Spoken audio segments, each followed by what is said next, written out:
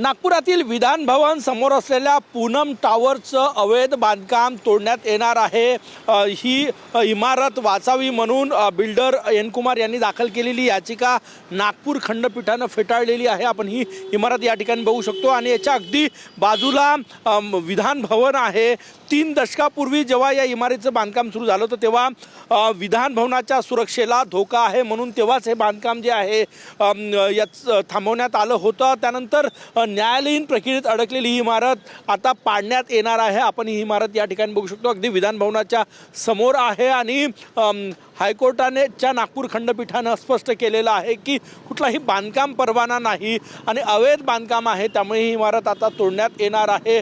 आपण हे दृश्य या ठिकाणी बघू शकतो, ही बहुमजली इमारत आहे। 1991ला याचं काम जे आहे ते या ठिकाणी सुरू झालं होतं आणि विधान भवनाच्या अगदी समोरची ही इमारत आहे, त्यामुळे विधान भवनाच्या सुरक्षेला धोका निर्माण होईल म्हणून याची परवानगी नाकारण्यात आली होती, काम थांबलं होतं आणि आता ही इमारत जी आहे ती तोडली जाणार आहे। कारण की या इमारतीच्या अगदी समोर महाराष्ट्राचं विधान भवन आहे, या ठिकाणी अधिवेशन सुरू असतं आणि त्याच्या समोरची ही इमारत आता तोडली जाणार आहे। कॅमेरामॅन सचिन सयामसह गजानन उमाटे, TV9 मराठी, नागपूर।